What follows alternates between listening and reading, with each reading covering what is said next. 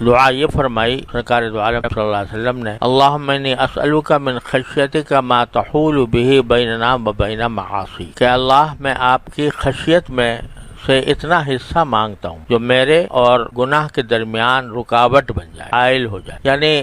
اللہ جل جلالہ کی جو عظمت شان ہے، جو اس کا کبریائی ہے، اس کا جو جلال ہے، اگر اس کا تصور کر کے حقیقی خوف انسان کرے تو وہ انسان کی تو برداشت سے باہر ہے۔ جب سرکار دو عالم صلی اللہ علیہ وسلم کی جب اللہ جل جلالہ کی تجلی اس کو انسان برداشت نہیں کر سکتا، پہاڑ برداشت نہیں کر سکتا۔ جب حضرت موسیٰ علیہ السلام نے فرمائش کی کہ مجھے زیارت کرا دیجئے اپنی، تو اللہ تبارک و تعالی نے فرما دیا کہ تم مجھے دیکھ سکتے نہیں، اور اس کا مشاہدہ اس طرح کرا دیا کہ ذرا یہ پہاڑ ہے، اس کو دیکھنا، اس پر ہم اپنی تجلی ڈالیں گے، اگر وہ اپنی جگہ پر ثابت رہے گیا پھر استقر مکانہ فسوف ترانی، تو تم مجھے دیکھ سکتے ہو، دیکھو گے۔ لیکن قرآن کریم فرماتا ہے فلما تجلی ربہ للجبل جعلہ دکا، جب باری تعالیٰ نے اپنی تجلی ڈالی پہاڑ کے اوپر، پہاڑ پر تجلی ڈالی، اور یہ تجلی بھی کس قسم کی ہوگی اللہ تعالیٰ بہتر جانتے ہیں، تو جعلہ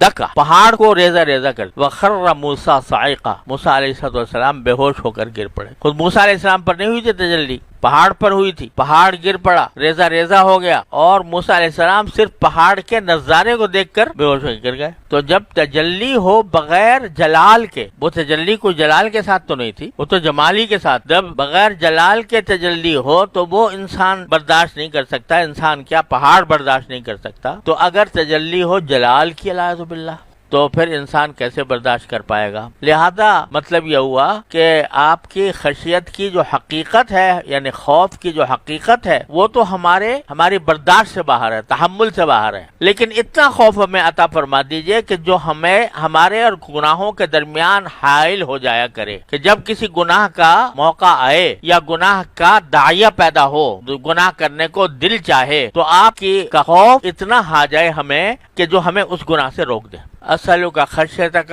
من خشیتک ما تحول به بیننا و بین معاصی، خشیت تو اتنی عطا فرما دیجئے، اس سے زیادہ کام ہمیں تحمل نہیں، اللہ تعالیٰ اپنے رحمت سے ہم سب کو عطا فرما دے۔ اور یہ خشیت جو انسان کو معصیت سے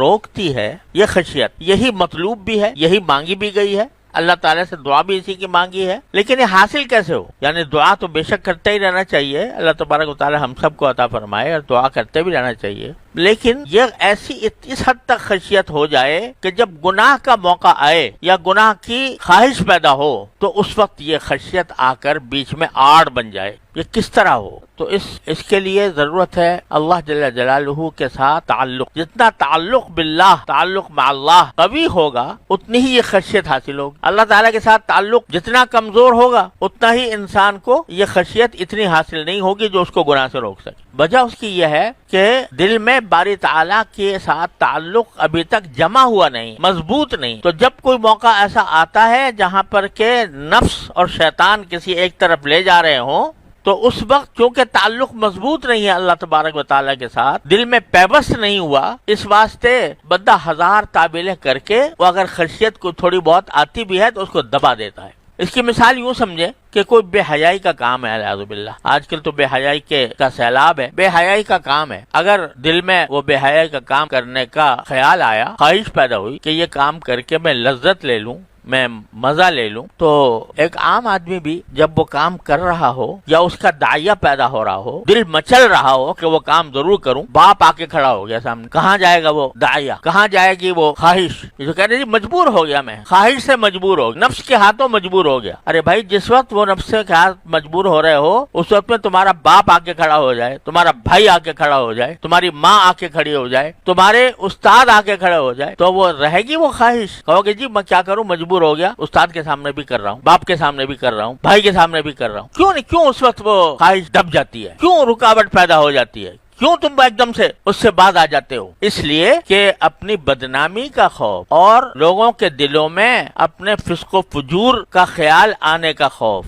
وہ ایک دم سے روک دیتا ہے۔ حالانکہ جو بیچارہ باپ ہو، بھائی ہو، رشتہ دار ہو، وہ آیا تو زیادہ یہی ہوگا نا کہ وہ تمہیں برا سمجھے گا، تمہارے اس عمل کو برا سمجھے گا، اتنا ہی ہوگا نا۔ اور زیادہ یہ ہو سکتا ہے کہ دو چار آدمیوں سے بھی بتا دے گا بھائی میں نے اس کو اس حالت میں دیکھا تھا، بس کوئی سزا تو نہیں دے گا، کوئی کوڑے تو نہیں مارے گا، کوئی آگ سے تو نہیں جلائے گا تمہیں، لیکن وہاں تو یہ خوف ہے اور وہ روک رہا ہے، گناہ سے روک رہا ہے، لیکن یہ خیال کیوں نہیں آتا کہ ایک ذات ایسی ہے جو ہر وقت دیکھ رہی ہے، ہر وقت دیکھ رہی ہے، میری تنہائی میں بھی، میری خلوت میں بھی دیکھ رہی ہے۔ اگر فرض کرو ایک ایسے کمرے میں ہو جو چاروں طرف سے بند ہے، لیکن پتا ہے کہ یہاں کیمرہ لگا ہوا ہے اور کہیں سے اس کی نگرانی ہو رہی ہے، پھر دیکھو کیا ہوتا ہے، خواہشات پیدا ہوتی ہیں، جذبے پیدا ہوتے ہیں، دل مچلتا ہے، لیکن نہیں کرے گا۔